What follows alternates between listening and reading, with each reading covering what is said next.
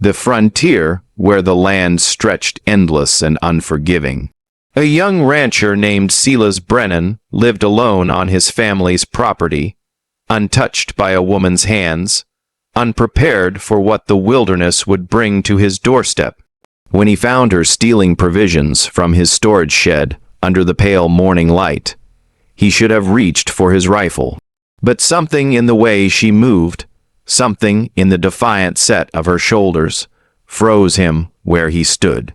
She was Apache, a warrior, and the words she would speak to him days later would shatter every wall he had built around his lonely heart. What he didn't know was that Nako wasn't just hungry for food. And what she didn't know was that the virgin rancher watching her from the shadows would become the one thing more dangerous than any enemy her tribe had ever faced.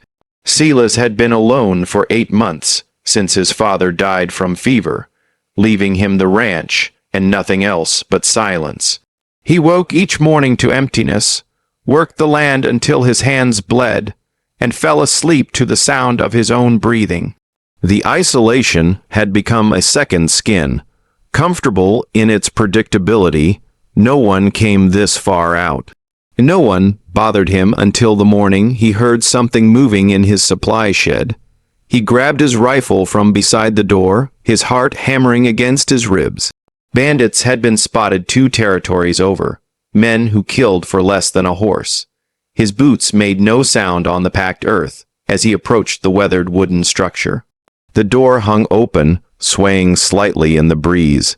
Inside, he could see a shadow moving between the sacks of grain and preserved goods. Silas raised the rifle, finger hovering over the trigger. Then the figure stepped into the light streaming through the doorway, and every thought in his head went silent. She was tall, taller than most women he had ever seen, with black hair that fell in a thick braid down her back. Her skin was sun-darkened, her features strong and angular. She wore leather clothing that had seen hard use, and across her back was a bow with a quiver of arrows, an Apache woman alone, stealing from his supplies with the calm efficiency of someone who had done this before. Their eyes met, hers were dark, almost black, and they held no fear, only calculation. She was measuring him, deciding if he was a threat. Her hand didn't move toward her bow, but he could see the readiness in her body, the coiled tension of someone who knew how to kill.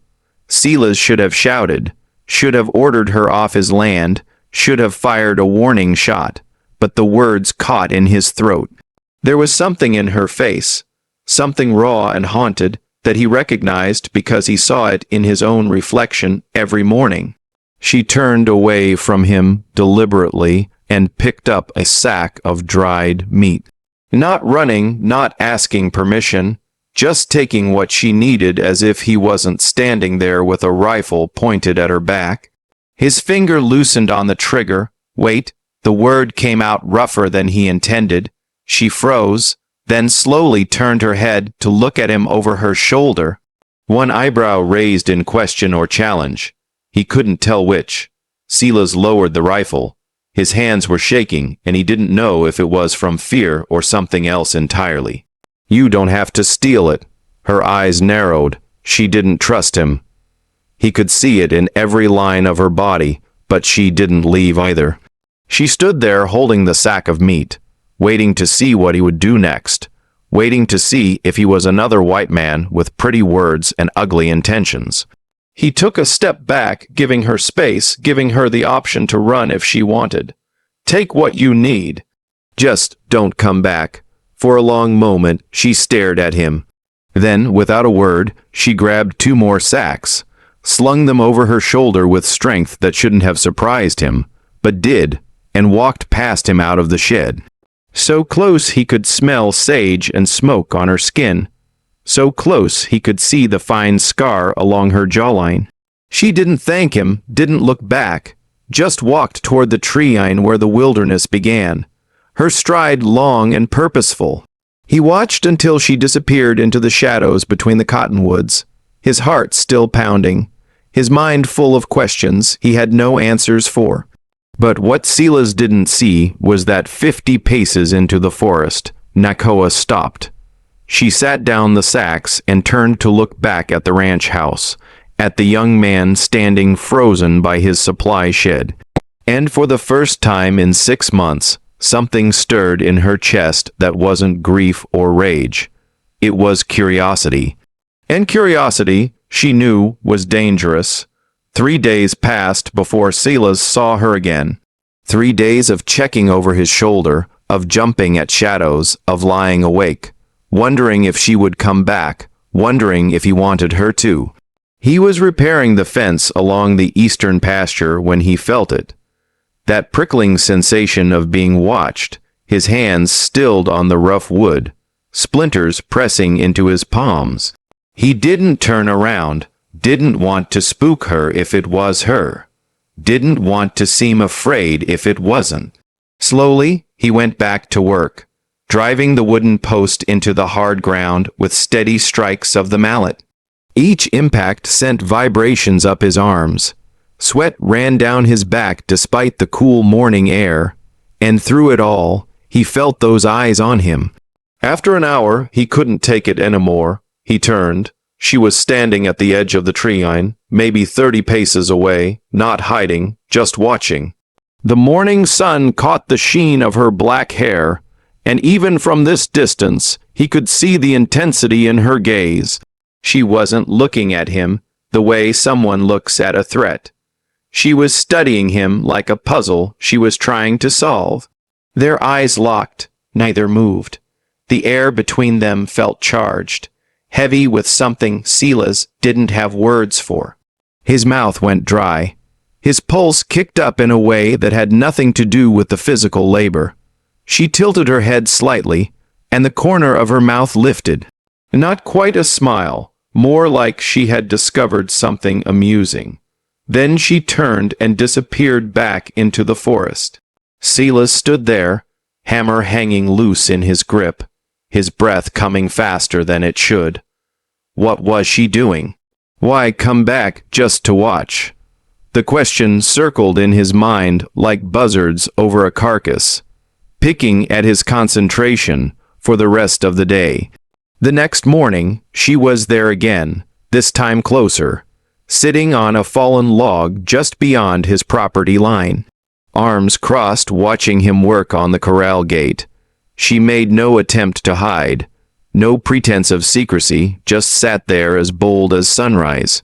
He tried to ignore her, lasted maybe 10 minutes before his curiosity won.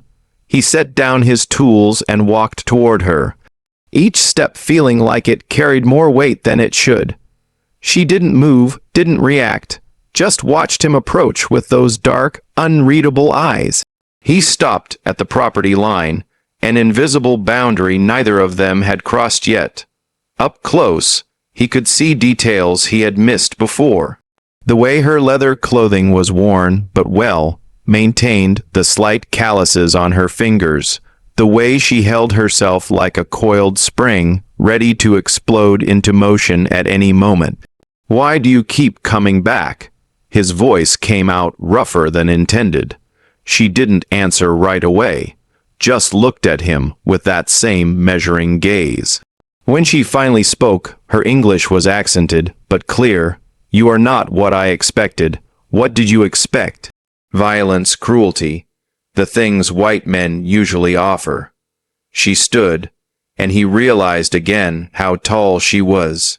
Her eyes were almost level with his. "But you gave me food, you let me go. Why?" Silas swallowed hard. The question felt like a trap, but he didn't know how. "You looked like you needed it more than I did." Something shifted in her expression, not softening exactly, but the hard edges seemed to blur slightly. "You live alone?" It wasn't a question, but he nodded anyway. "So do I." She said it like a confession, like admitting to some kind of weakness she wasn't used to acknowledging. The silence stretched between them, but it wasn't uncomfortable. It was weighted with things neither of them knew how to say. Silas could smell sage on her again, mixed with leather and something earthier. could see the rise and fall of her chest as she breathed, could feel the heat radiating off her skin despite the cool air. "My name is Silas." She studied him for another long moment. Then, Nakoha, the name settled between them like a stone dropped in still water, ripples spreading outward. She turned to leave, but this time she looked back at him before disappearing into the trees. And in that glance, Silas saw something that made his stomach tighten with a mixture of fear and anticipation. She would be back tomorrow, and he wouldn't be able to stop thinking about her until she was. She came back the next day at noon when the sun was highest and the shadows shortest. But this time she didn't stay at the tree line. This time she walked straight across his property, past the corral, past the supply shed, right up to where he sat on the porch steps, eating a piece of dried meat and stale bread. Silas froze, the bread halfway to his mouth. His heart hammered so hard he thought she might hear it.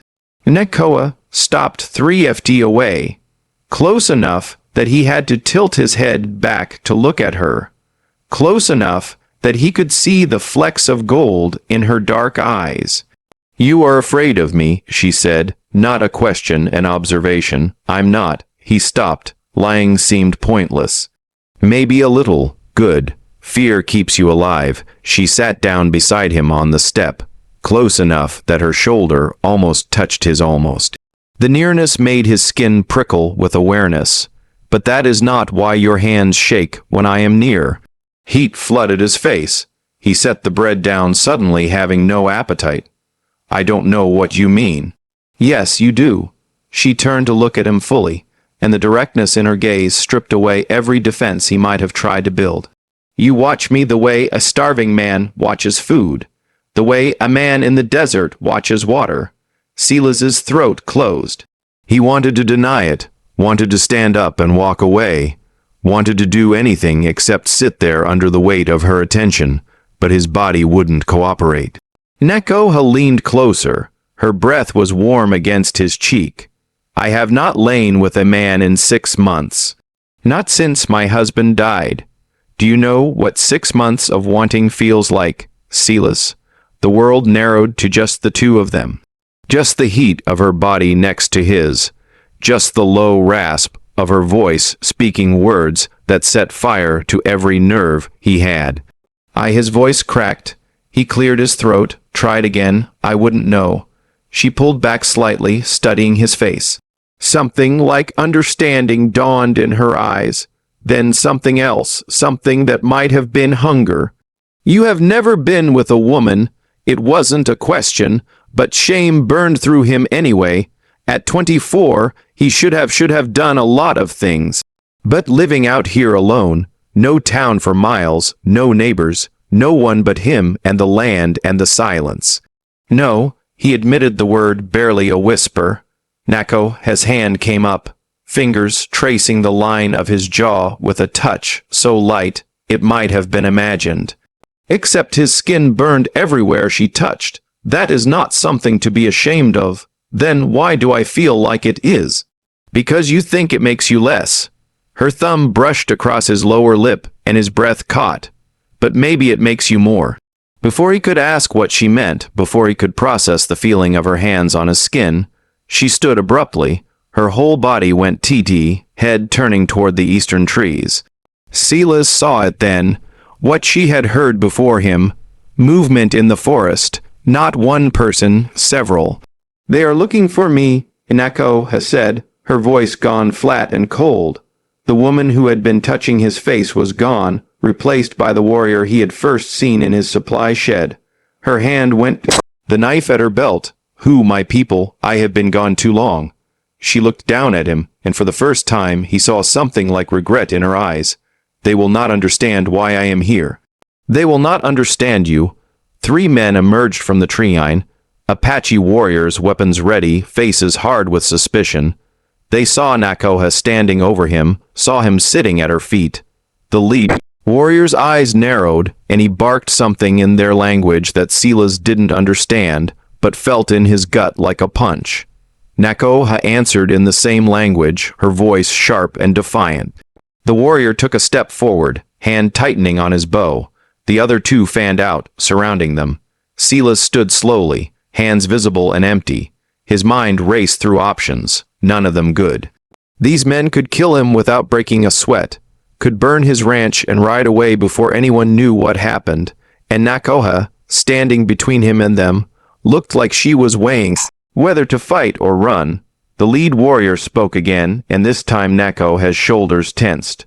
Whatever he said, it wasn't a request, it was a command. She turned to look at Silas one last time. That look was everything they hadn't said. Everything that had been building between them over these few short days, and something else. Something that looked like a promise. Then she walked toward her people, and Silas's hands clenched into fists at his sides, every instinct screaming at him to stop her, even though he knew it would mean his death. 2 nights later, Silas woke to the sound of something hitting his window, a pebble, then another.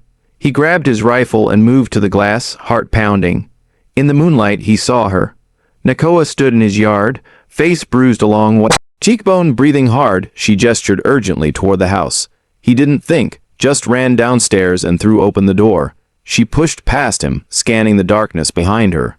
They are coming, not far behind. What happened? I refused to marry the man they chose for me. Said I would choose my own path. She touched the bruise on her face without flinching. My brother did this, said I. Dishonor our family. Dishonor my dead husband's memory. Silas heard it then, voices in the distance. The warriors were tracking her, the cellar under the kitchen.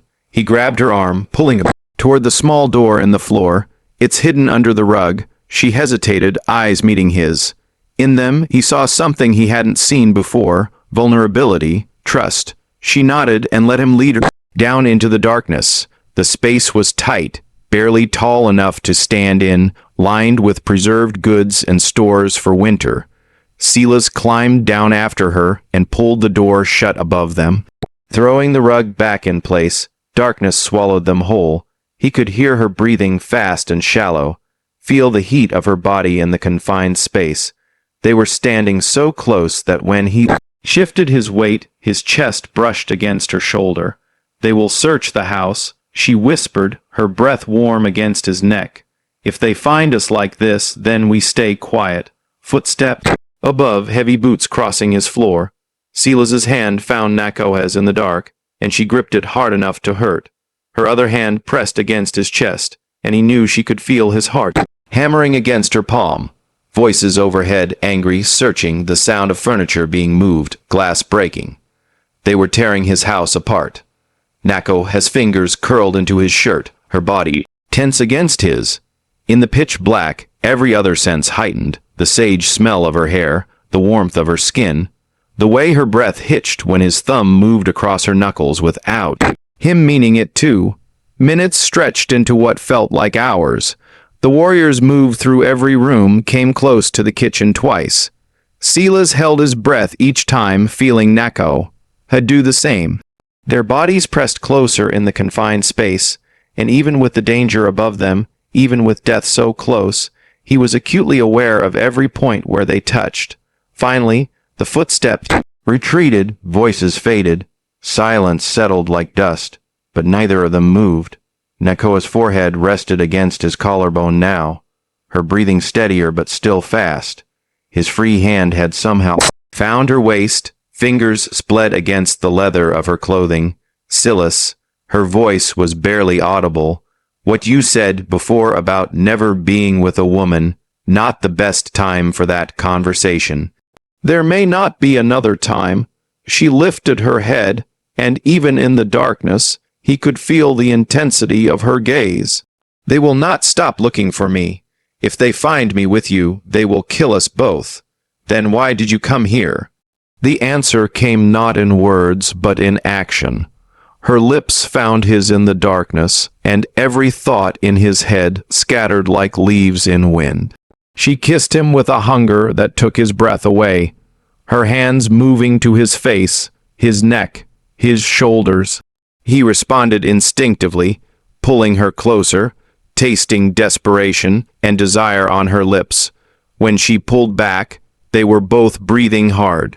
"That is why," she said, "because in 6 months of grief and rage and loneliness, you are the only thing that has made me feel alive again."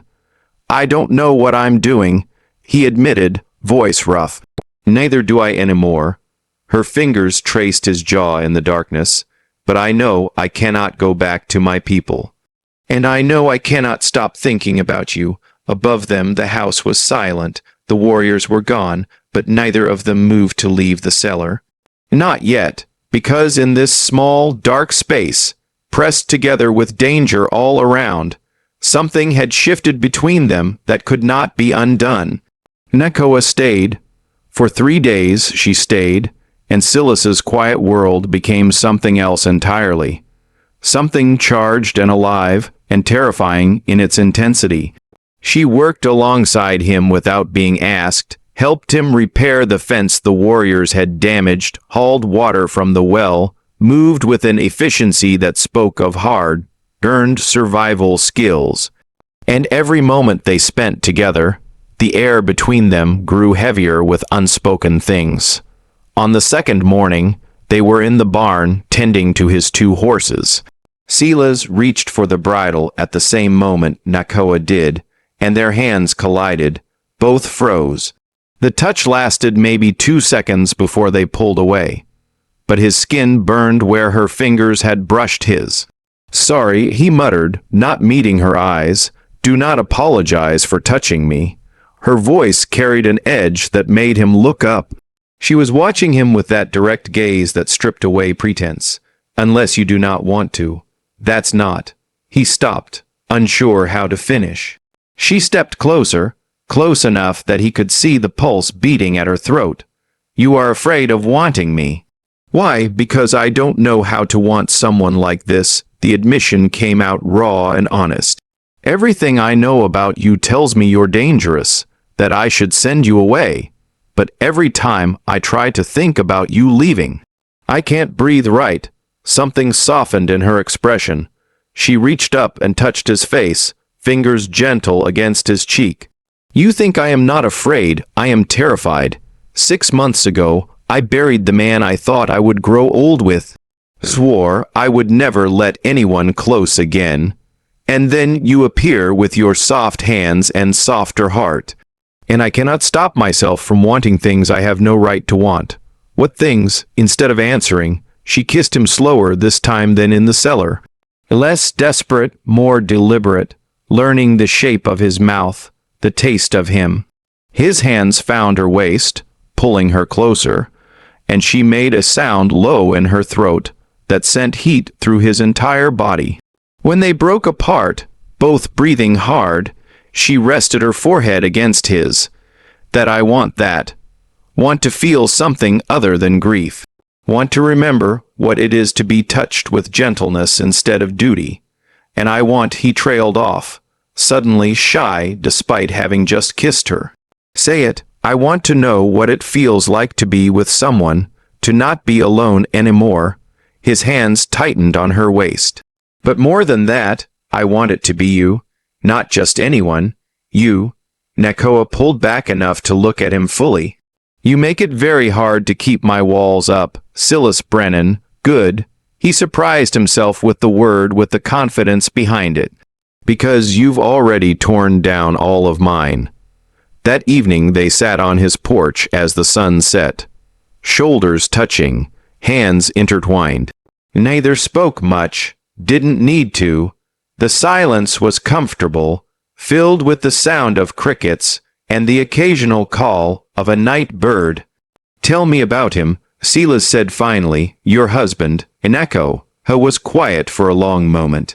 "His name was Takakota, strong hunter, good man. He died defending our camp from raiders, bled out in my arms while I could do nothing but watch." Her grip on his hand tightened. "The tribe expects me to honor his memory by marrying his brother, producing sons to carry on his bloodline as if I am property to be transferred." "You're not property." "No, I am not." She turned to look at him. "That is what I will not go back, even if it means being hunted. Even if it means." She stopped, head snapping toward the eastern trees. Silas saw it too. a thin line of smoke rising against the darkening sky. Not from a campfire, from multiple torches. They have brought more warriors, Nakoa said, voice gone flat. They are not searching anymore. They are coming to take me by force. Silas stood, his heart sinking. How many? Too many. She rose beside him, hand going to the knife at her belt. They will not leave without me. And if you stand in their way, they will kill you without hesitation. Torches were moving closer, a line of fire cutting through the growing darkness, coming straight for his ranch, coming for her. And Silas knew that in the next few minutes, he would have to make a choice that would alter the course of his life forever. 7 warriors emerged from the darkness, torches casting harsh shadows across their faces. The lead warrior, the same one from before, stepped forward. His eyes found Nakoa, then moved to Silas with open contempt. He spoke in Apache, his voice carrying across the yard. Nakoa answered, stepping in front of Silas. Her hand stayed on her knife, but she didn't draw it. The warrior barked something else, gesturing sharply at her. Then at the forest behind him, what's he saying? Silas asked quietly. That I have shamed my family. That I have dishonored Takakota's memory by refusing his brother. That I must return now, or be declared dead to the tribe. Her voice was steady, but he could see the tension in her shoulders. He says, if I do not come willingly, they will burn this place to the ground with you inside. The warrior spoke again, and this time Silas caught one word repeated, a name. Nakoa's jaw tightened. He says, my brother is waiting. Says, Takot's brother has the right to claim me as his wife. That this is not negotiable. Silas looked at the 7 armed warriors, looked at the torches, looked at Nakoa, standing rigid beside him, caught between 2 worlds. Every instinct he had screamed that he should step back, let her go, save himself. He was just one man against 7 trained fighters. He had no chance. But when he opened his mouth, different words came out. No, the single syllable cut through the night. The warriors shifted, hands moving to weapons. Nakoa turned to look at him, eyes wide with something that might have been fear or hope or both. Silas, you cannot. I said no. He stepped forward, placing himself between her and the warriors. His hands were shaking, but his voice was steady. She stays here because she wants to, not because I'm forcing her, not because you're forcing her, because she chose to. The lead warrior's expression darkened. He said something sharp, taking a step forward. The other warriors followed his lead, forming a semicircle. Around the porch, he says, you are a fool. Nakoa translated, her hand gripping the back of his shirt. One white man cannot stand against Apache warriors. Says your death will mean nothing. Maybe. Silas's heart was pounding so hard he thought it might burst. But if dying means she gets to choose her own life, then I'll die. Because that's what decent men do. They stand up for people who can't stand up for themselves. Even when they're terrified, even when they know they'll lose. Nakoa made a sound behind him. Something between a gasp and a sob. Her hand tightened on his shirt. The lead warrior studied Silas for a long moment. Then he spoke again, but this time his tone was different, less angry, almost curious. He asked a question. He wants to know why you would die for a woman who is not yours, Nakoa whispered. Silas didn't hesitate. Tell him she is mine and I'm hers. Tell him we choose each other. When Nakoa translated, something shifted in the warriors' stances. The lead warrior's eyes moved between Silas and Nakoa, seeing something there that made him pause. He spoke at length, his voice hard, but no longer threatened. In violence, he says, Nakoa's voice caught. He says, if I choose to stay with you, I can never return. I will be dead to my people. My name will not be spoken. My family will mourn me as if I died. And if I go back, you will be forced to marry Takakota's brother, bear his children, live as his property until you die. The choice hung in the air like smoke. Silas could feel the weight of it pressing down on them both. He wanted to tell her to stay, wanted to beg her not to leave, but this had to be her decision, not his, not her brother's, not her tribe's, hers. Nakoha was silent for what felt like an eternity. Then she stepped up beside Silas, her hand finding his and gripping it tight.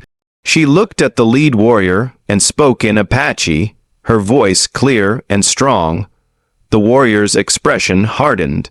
He responded sharply, but Nakoha cut him off with more words. The two of them went back and forth, voices rising. Finally, the warrior spat something that sounded like a curse and turned away. The other warriors followed, torches disappearing back into the forest. But before the lead warrior vanished completely, he looked back one last time, not at Naka, at Silas. And in that look was something that might have been respect. They stood in the yard long after the torches disappeared, hands still clasped, neither speaking. The weight of what had just happened pressed down on them both. Nakoha had chosen exile, had chosen him over everything she had ever known. "You did not have to do that," she said finally, her voice rough. "Stand in front of me like that. You could have died." "I know, then why?" Silas turned to face her fully. In the moonlight, he could see tears tracking down her cheeks. The first time he had seen her cry. "Because 6 months ago I buried my father and thought I would spend the rest of my life alone. Thought that was just what my life would be. Empty, quiet, safe." He reached up and brushed away one of her tears with his thumb. "And then you showed up and made me feel things I didn't know I could feel. Made me want things I didn't know how to want. And I realized that safety isn't living. It's just existing." Nakoha closed her eyes, leaning into his touch. "I have given up everything for this. For you, I know. And I'll spend every day making sure you never regret it." She opened her eyes, and the vulnerability he saw there took his breath away. This strong, fierce woman who had faced down warriors and refused to bend was looking at him like he was the only solid thing in a world that had just shifted beneath her feet. "Take me inside," she whispered. His heart kicked hard against his ribs. "Nakoha, I need to feel something real, something good. She stopped, swallowing hard. "I need you." They barely made it through the door before she was kissing him. Hands in his hair, body pressed against his with an urgency that left no room for hesitation. He responded instinctively, backing her toward the stairs, stumbling over his own feet in his haste. "Slow down," she murmured against his mouth, even as her hands pulled at his shirt. "We have time now, all the time we need." They made it to his bedroom, and suddenly the urgency shifted into something else, something tender. His hands slowed as she unbuttoned his shirt, fingers tracing the planes of his chest with a gentleness that made him shiver. He touched her in return, fumbling with the ties of her leather clothing, clumsy but careful. "I don't know what I'm doing," he admitted, voice shaking. "Neither do I." She caught his face in her hands, forcing him to meet her eyes. "My husband and we were young when we married. It was duty more than desire, quick and practical like everything else in our lives. I do not know how to do this slowly, how to make it mean something beyond just bodies joining, then we'll figure it out together." What followed was awkward and fumbling and utterly perfect in its imperfection. Nakoha guided him with patient hands, showing him where to touch, how to move. He learned the landscape of her body in the darkness, every scar and curve and soft spot. She gasped when he kissed the hollow of her throat, arched into him when his hands found her hips. When they finally came together, she made a sound that was half sob, half moan, and he understood this wasn't just physical release. This was two people who had been alone too long, finding home in each other, finding comfort, finding peace. Afterward, they lay tangled together, skin damp with sweat, breathing hard. Nakoa's head rested on his chest, his hand moving slowly up and down her spine. Neither spoke for a long time. 6 months, she said finally, voice quiet. 6 months I thought I would never feel this again. Thought I would carry grief and anger until they killed me, and then you appeared with your soft heart and your impossible courage, and everything changed. Silas pressed a kiss to her hair. I was so afraid. I know. I could feel you shaking. She lifted her head to look at him, and in her eyes was something warm and soft that he had never seen before. But you did it anyway. That is what bravery is. Not the absence of fear, but acting despite it. My father used to say that. He was a wise man. She settled back against his chest, fingers tracing idle patterns on his skin. What happens now, Silas? I cannot go back. My people will not come for me again, but I am alone in this world except for you. Then we build something new together. He tightened his arms around her. Stay here. Help me run this ranch. We'll make it work somehow. Make it sound simple. Maybe it is. Maybe we've both been making it harder than it needs to be by trying to do everything alone. He felt her smile against his chest. Besides, I need someone who actually knows how to fix a fence properly. I've been doing it wrong for months. Her laugh was soft and genuine, and he realized it was the first time he had heard her truly laugh. The sound of it filled something inside him he hadn't known was empty. 3 months passed like water running through fingers. The ranch that had been Silas's prison of solitude became something else entirely. A home, a life, a future he had never dared to imagine. Nakoha moved through the property with the confidence of someone who belonged there. She had repaired the fences properly, showing Silas techniques he had never learned, had expanded the garden, planting herbs and vegetables in patterns she remembered from her childhood, had turned the empty spare room into a workspace where she crafted leather goods they could trade at the distant settlement. Silas watched her one morning from the porch, coffee cup warm in his hands. She was in the corral with the horses, her movements fluid and certain, and she worked with the mare that had been skittish since his father died. Under Nako, his patient guidance, the animal was gentling, learning to trust again. Like him, he was different now, could feel it in the way he carried himself, the way he no longer flinched at his own shadow, the way he could look at his reflection and see someone who had chosen courage over safety, who had stood up to warriors when every instinct screamed to run, who had learned what it meant to truly be with another person, body and soul. Nakoha looked up and caught him watching, her mouth curved in that small smile that still made his heart stumble. She walked over, climbing the porch steps and settling beside him on the bench he had built 2 weeks ago.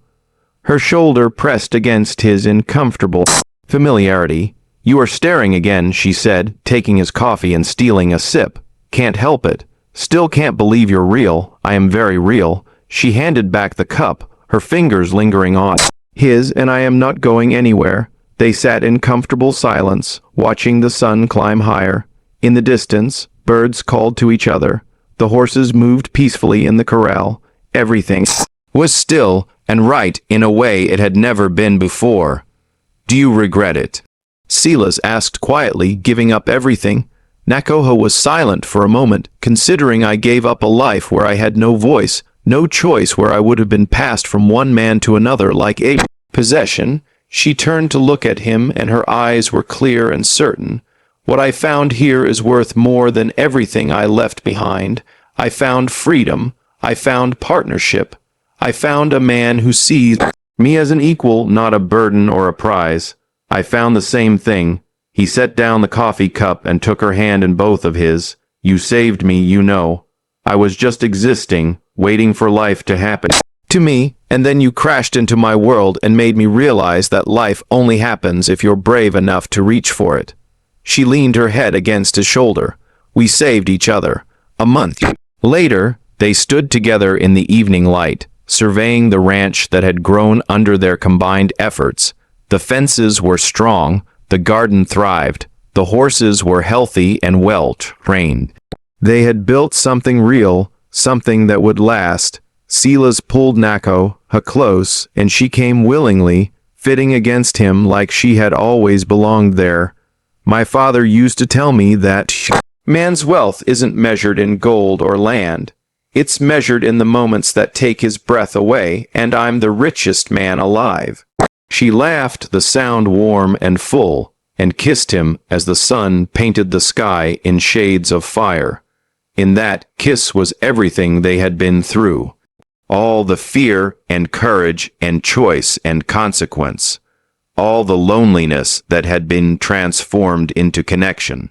They had both been broken in different ways, both been alone, both been trapped by circumstances they couldn't control. But together they had built something neither could have created alone, a life chosen freely, a love earned through vulnerability and trust. And in the end, that was worth more than any kingdom either had left behind. If you enjoyed this story, click the video on your screen now to watch another unforgettable tale from the frontier, where courage and desire reshape destinies in ways you never expected. Don't forget to subscribe and consider a super chat to help us keep bringing you more stories like these. Your support means everything to us.